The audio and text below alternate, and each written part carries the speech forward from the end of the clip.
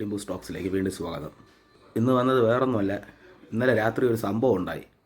IFFK കാണാൻ വേണ്ടി വന്ന നമ്മളെ മുഖ്യനെ ഒരുത്തം കൂവി. നമുക്ക് ആ വീഡിയോ ഒന്ന് കാണാം.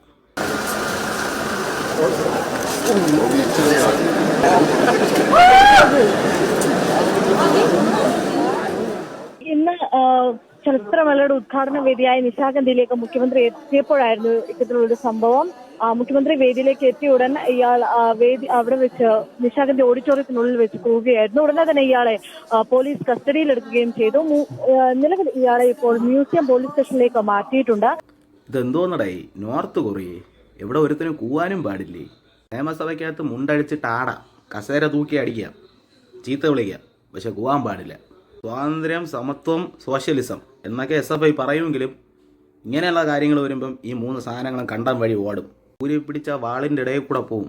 പക്ഷെ കൂവൽ അത് നമ്മൾ സഹിക്കൂല. ഇപ്പോൾ വന്ന് കൂവൽ കേരളത്തിലൊരു രാജ്യദ്രോഹ കുറ്റമായിട്ടാണ് കണക്കാക്കണത്. ഇപ്പോൾ എവിടുത്തെ ജനാധിപത്യമൊക്കെ പോയാടേ.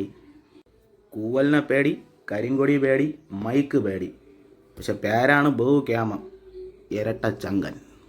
ഞാൻ പറഞ്ഞു പറഞ്ഞതെന്ന് വെച്ച് കഴിഞ്ഞാൽ ഇപ്പം ഈ പയ്യനൊരു അവാർഡ് കൊടുത്തില്ലെങ്കിലും ഭാവിയിൽ കേരളം ഈ പയ്യനൊരു അവാർഡ് കൊടുക്കും.